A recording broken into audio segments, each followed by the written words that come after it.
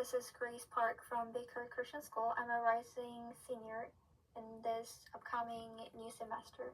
Today I'm going to explain about AP Biology, specifically about cell cycle and communication chapter.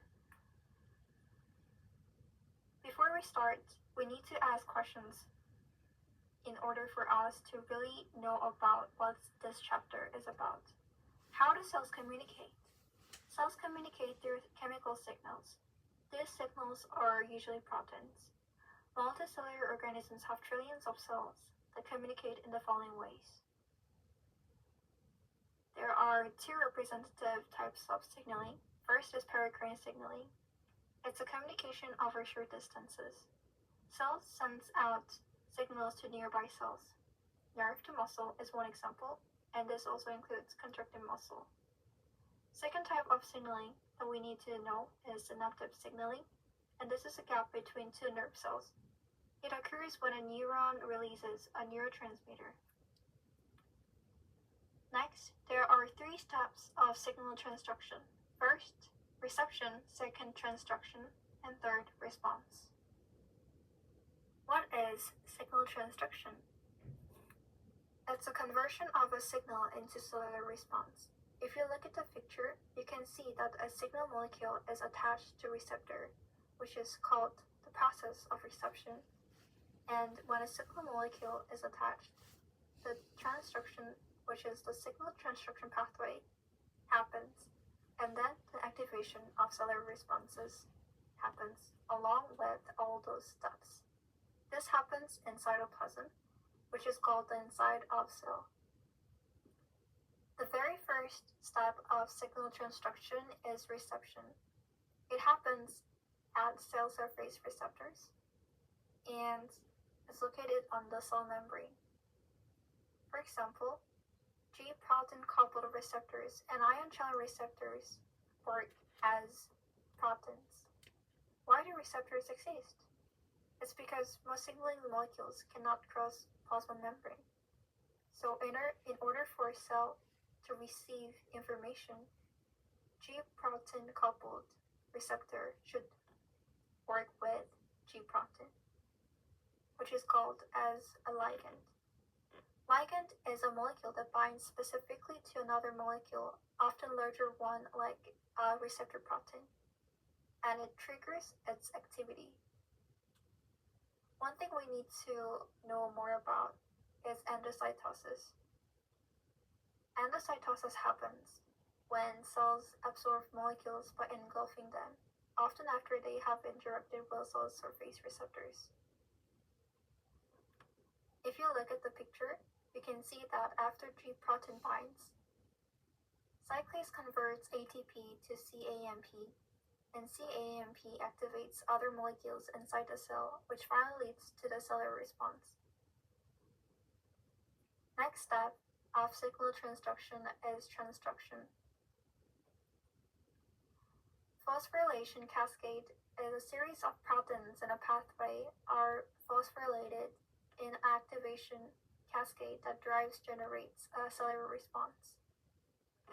If you look at the picture attached on the right side, you can see after a ligand binds to its receptor, the receptor activates protein kinase 1.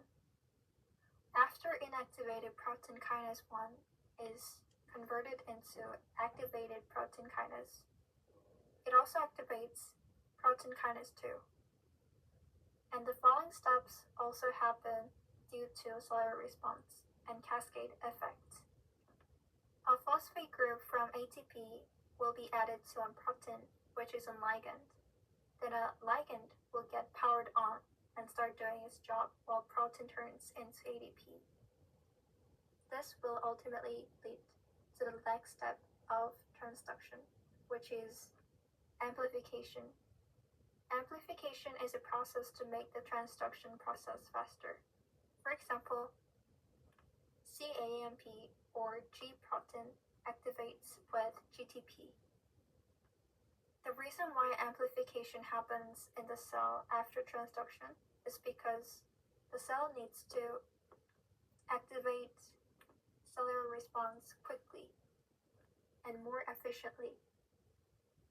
The final steps of signal transduction is response. This step includes lipid hormones and secondary messenger. Lipid hormones are a special type of ligand that are lipid. Since cell membrane is made up of lipid, it doesn't need a receptor on the cell surface. It also does not need transport protein.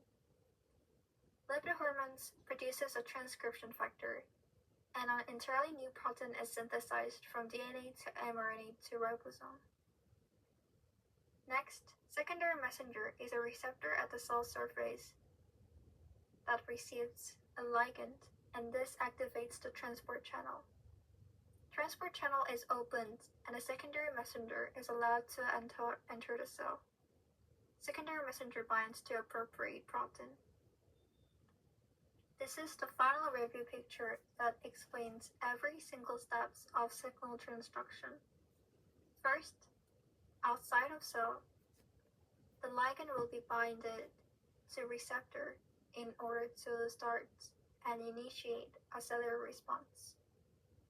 When ligand binds to its receptor, the GTP will activate G protein, and it will ultimately lead to cyclase, which will convert ATP to cAMP.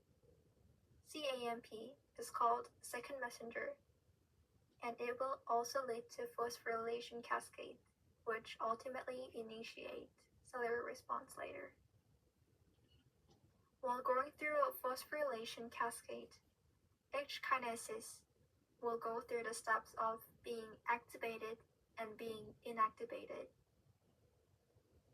And also, amplification will also happen in order to maximize the cellular response.